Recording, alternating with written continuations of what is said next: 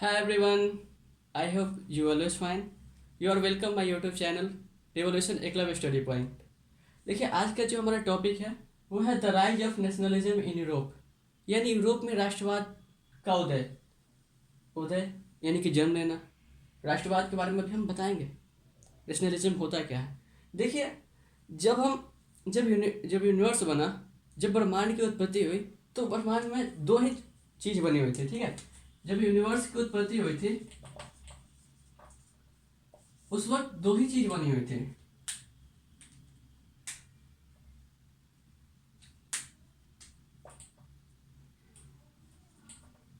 जब यूनिवर्स की उत्पत्ति हुई थी उस वक्त दो ही चीज बनी हुई थी। एक था आपका क्या, एनर्जी। दूसरा क्या था, मैटर। ठीक है, एनर्जी और दूसरा था मैटर। अब इस मैटर को हम लोग दो भागों में बांटे थे। एक था आपका लिविंग थिंग्स और दूसरा था नॉन लिविंग थिंग्स। ठीक है, फर्स्ट था आपका लिविंग थिंग्स, दूसरा था आपका नॉन लिविंग थिंग्स। अब ये लिविंग थिंग्स जो हम लोग बायो में पढ़ते हैं, लिविंग थिंग्स के अंतर्गत हम लोग समाज में आते हैं। अब ये जो लिविंग, ये दोनों अपना तो शांत हो गया बेचारा, जो लेकिन लिविंग थिंग्स में थे ना, हम लोग जैसे जीव जीव जगत में जो जितने भी आते थे प्राणी, उन लोगों में धीरे धीरे धीरे धीरे जब माइंड डेवलप होने लगा, वो लोग क्या करने लगे कि अब जैसे जैसे उन लोगों के पास सोचने समझने की क्षमता नहीं लगी, वो क्या कर रहे थे, अपना क्षेत्र विस्तार करने लगे। अब कोई इंसान दूसरे इंसान पे से ज़्यादा ताकतवर होता था तो वो उसको चाहता था कि वो भी मेरे शरणागत हो, वो भी मेरे अंदर ही काम करे। ठीक है, ऐसी भावना हमारे अंदर उत्पन्न होने लगी। फिर धीरे धीरे देश, पहले कॉन्टिनेंट बटे, फिर आपके कंट्री बटे, धीरे धीरे ऐसे ऐसे बंटवारा होता गया और आज हम टुकड़े टुकड़े में बट गए। ठीक है, और उस टुकड़ों के लिए आज हम लड़ते हैं।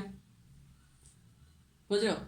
तो राष्ट्रवाद, ये जो होते हैं ना, राष्ट्रवाद की जो भावना, ये राष्ट्रवाद और नेशनलिज्म क्या है? सिंपल भाषा में बोले तो नेशनलिज्म एक तरह से फीलिंग है। नेशनलिज्म क्या है? एक तरह से फीलिंग है। ये जो नेशनलिज्म दिखा रहा है ये क्या है? ये फीलिंग है। ठीक है, नेशनलिज्म क्या है? फीलिंग है। और इसी फीलिंग्स को, जैसे हम लोग कोई फीलिंग शेयर करते हैं, हम लोग अपने फीलिंग्स को शेयर अगर कोई पर्सन है, ठीक है, कोई पर्सन दिखाई दे, हम अपने फीलिंग्स को शेयर करते। अगर मेल है तो हम लोग उसको क्या बोलते हैं? ये फ्रेंडशिप है। फीमेल है तो हम लोग बोलते हैं ना, अगर किसी फीमेल के साथ फीलिंग शेयर होने लगी तो ये हम लोग कहते हैं love. It's that's a attraction. ठीक है, लेकिन अगर वही फीलिंग्स हमारे कंट्री के लिए आने लगे ना, वही फीलिंग्स अगर हमारी कंट्री के लिए आने लगे तो वो फीलिंग्स कहलाती है आपका नेशनलिज्म। समझ रहे हो? जो फीलिंग्स जिससे हमारे कंट्री को ग्रोथ हो, जो हमारे जिससे हमारे कंट्री में प्रोग्रेस हो, वो फीलिंग्स क्या कहलाती है? नेशनलिज्म। ठीक है, जैसे अभी हमारा इंडिया पहले भी महान था, आज भी महान है और हमेशा ही रहेगा। ठीक है, तो इंडिया अभी विकासशील है, विकसित नहीं हुआ, अभी विकासशील, अभी प्रोग्रेस में है। तो हमारा कर्तव्य क्या है कि हम अपने इंडिया को विकसित विकसित से विकासशील से विकसित बनाएं। ठीक है, तो उसके लिए हम अपना काम करेंगे। अब हमारे अंदर अगर उस हमारे अंदर अगर देश के विकास करने के लिए अगर हम कुछ सोच रहे हैं, कुछ हमारे अंदर फीलिंग्स आ रही है, वही फीलिंग्स को हम लोग नेशनलिज्म कहते हैं। ठीक है, वही फीलिंग्स क्या कहलाती है? हमारा नेशनलिज्म। समझ में आ रहा होगा? इसी नेशनलिज्म को हम लोग पढ़ने के लिए ना तीन भागों में बांटते हैं। देखिए, नेशनलिज्म को हम लोग तीन भागों में बांटते हैं। ये तीन भाग क्या है? पहला है आपका स्ट्रगल, दूसरा है आपका हिस्ट्री, थर्ड है आपका पोटेंशियल पोटेंशियल सिचुएशन। ठीक है, फर्स्ट है आपका स्ट्रगल, दूसरा है हिस्ट्री, थर्ड है आपका पोटेंशियल सिचुएशन। देखिए, फर्स्ट तो दिखा रहा है स्ट्रगल। अब ये श्रद्धा कपूर का स्ट्रगल नहीं है, जो हमने धीरे धीरे स्ट्रगल करके यहाँ तक पहुँचा। ये स्ट्रगल है अपने देश के लिए, अपने देश के फ्रीडम के लिए, जो हमने स्ट्रगल, जो हमारे वीर सपूत थे जिन्होंने स्ट्रगल किया हमारे देश के लिए, कि हमारा देश आज फ्री हुआ है, फ्रीडम मिला है हमारे देश को, वो स्ट्रगल कराती है। ठीक है, बिना देखो, जिंदगी जीना आसान नहीं होता। जिंदगी जीना आसान नहीं होता। ऐसे ही कोई इंसान महान नहीं होता। जब तक ना पड़े पत्थर पे चोट, तो तब तक वो पत्थर भगवान नहीं बनता। ठीक है। अंदर से जब तक आपको स्ट्रगल नहीं किया जाता है, देखते हो वही सोना निखरता है ना जिस सोने पर ज्यादा हीट दी जाती है। जब तक आप तपोगे नहीं तब तक आप चमकोगे कैसे? जब आपके अंदर जब जितनी गर्मी रहती है ना, जितना आप सोने को जलाओगे वो उतना ही निखरते रहता है, उसकी चमक उतनी ही ज्यादा होती है।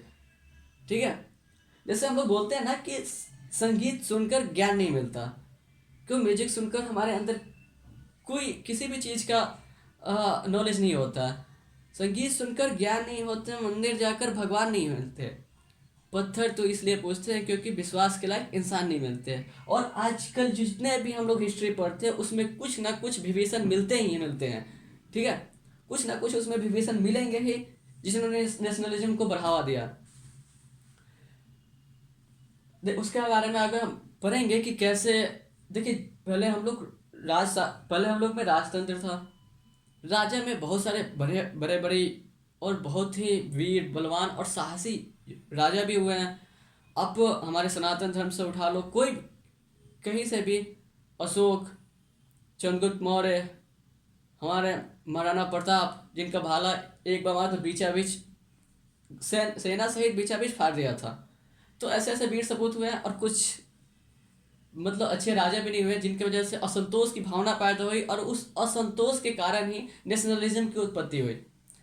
उन लोगों को लगा कि नहीं, अब बहुत हो चुका, अब राजा का बेटा राजा नहीं बनेगा, अब राजा वही बनेगा जिसके अंदर राजा बनने की काबिलियत होगी। जैसे राजतंत्र में था कि भले राजा को शासन करने आए या नहीं आए, लेकिन पीढ़ी दर पीढ़ी दर पीढ़ी वही चलाया जाता था।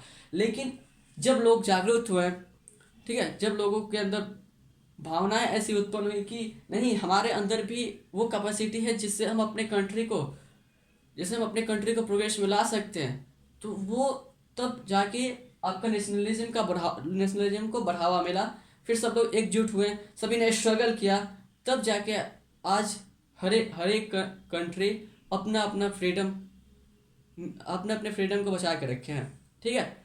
इसके बाद आपका आता है हिस्ट्री। फर्स्ट तो हमने समझा कैसे नेशनलिज्म में स्ट्रगल भाग लेता है। सेकेंड आता है आपका हिस्ट्री। अरे किसी भी चीज़ को, जैसे हमें हमारी उत्पत्ति होने में तो बहुत सारे समय लगे हैं। आपको पता है कि ब्रह्मा जो पृथ्वी वो 7 बार नष्ट हो चुकी है। कितने हजार हमारे हिस्ट्री की बुक्स में मिलते हैं कि 1000 साल पहले जब अर्थ नष्ट हुआ था, जब हमारा प्लेनेट डिस्ट्रॉय हुआ था, तब इसके बाद 1000 साल लगे थे उसको बनने में। वैसे 1000 साल कितने लगे थे हम आपको ज्योग्राफी में बताएंगे कि पृथ्वी के निर्माण में 7 बार पृथ्वी डिस्ट्रॉय हो चुकी है। ठीक है। और 8वां बार होगा तो हम लोग भी खत्म हो जाएंगे। तो उसके लिए आगे हम आपको बताएंगे ज्योग्राफी में। लेकिन हर एक चीज़ का कुछ ना कुछ हिस्ट्री होता है। जैसे हमारे इंडिया को फ्रीडम मिलने के लिए क्या था, सभी सभी लोग एकजुट मिलके, बहुत सारे हमारे जितने भी हमारे बड़े महापुरुष हुए हैं, जो जितने भी हमारे वीर शहीद भाई थे, उस सभी लोगों ने मिलकर मिलकर हमें आज़ादी दिलाई है। ठीक है।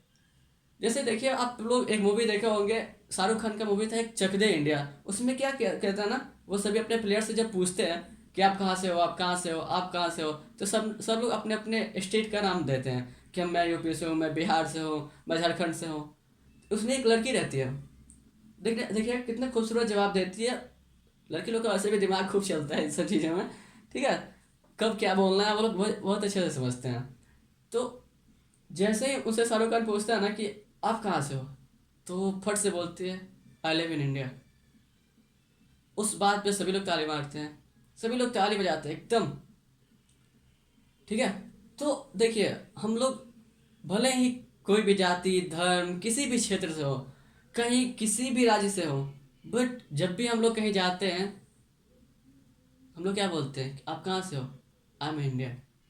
क्या अगर दूसरे कंट्री में आप लोग फंसे हुए हो, दूसरी जगह अगर अभी देखो, आ, अभी जब यूक्रेन और रूस का जब फाइट हुआ था, यूक्रेन में जितने भी लोग फंसे हुए थे हमारे इंडिया के, क्या आपके धर्म के लोग बचाने गए थे? क्या आपके जाति के लोग बचाने गए थे? नहीं गए थे। कौन गया था? इंडियन इंडिया की जो एम्बेसी थी, जो सिक्योरिटी एम्बेसी थी इंडिया की, वो गई थी बचाने। ठीक है।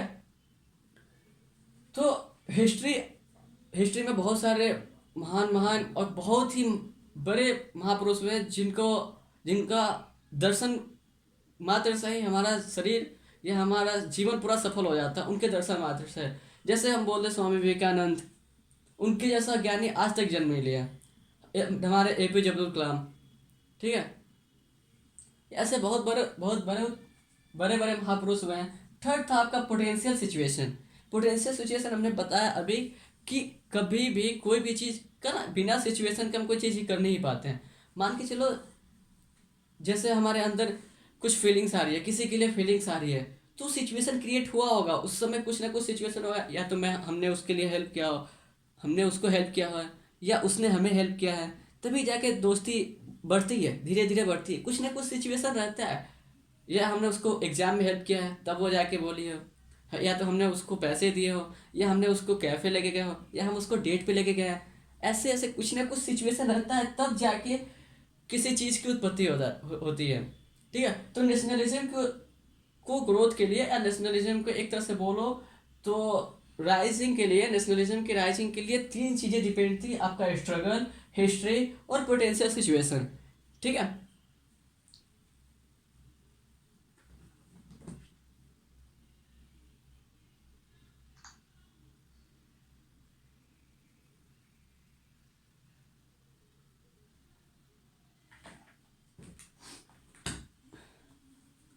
देखिए, तो ये सारी चीज़ें क्या थी, नेशनलिज्म और नेशनलिज्म इन यूरोप। ठीक है।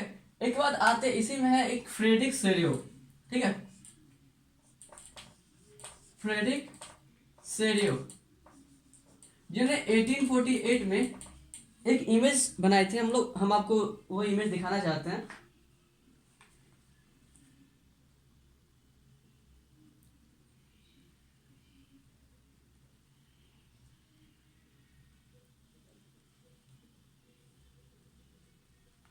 ये देखिए, ये जो इमेज आपको दिख रही होगी, इसमें ये इमेज को अभी हम एकदम विस्तार से बताएंगे। ठीक है। ये जो इमेज आपको दिख रही है, देखिए इसमें इटली, फ्रांस की ये जो फ्लैग्स दिख रहा है ना, ये इटली का फ्लैग्स है, ये फ्रांस का फ्लैग है। ठीक है। ये ऊपर जे क्राइटर्स, फिर एंजल एंजल ये सब दिख रहे हैं। ठीक है। और ये जो दिख रहा है हाँ, ये जो आपको दिख रहा है, इसके बाहर इस स्टेच्यू ऑफ लिबर्टी से कि जो ऑफ साइड में है ना, ये सारे कंट्री फ्री हैं, फिर सारे कंट्री आज़ाद हो चुके हैं। और ये जो दिख रहा है आपको, इसके जो बैक साइड में जितने भी कंट्री देख रहे हैं, जैसे कि आपका हो गया जर्मनी, फ्रांस, ये सारे कंट्री जो है ना, ये अभी फ्री नहीं हुए थे।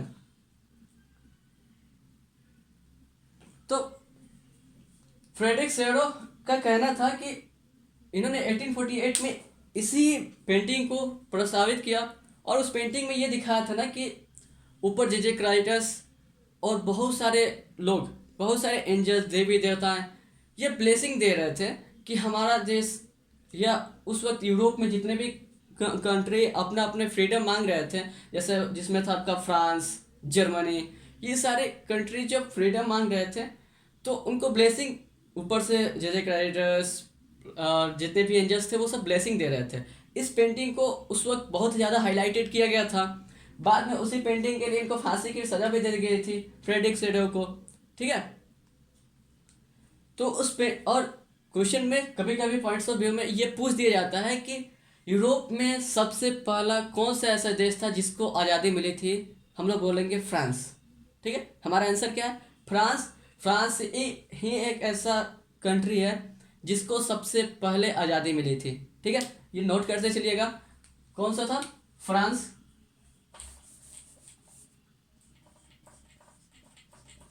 फ्रांस ही एक पहला कंट्री बना था जिसको यूरोप में फ्रीडम मिला। ठीक है। इसके बाद आपका जर्मनी, इटली, इन सब चीज़ों को फ्रीडम मिला था। ठीक है।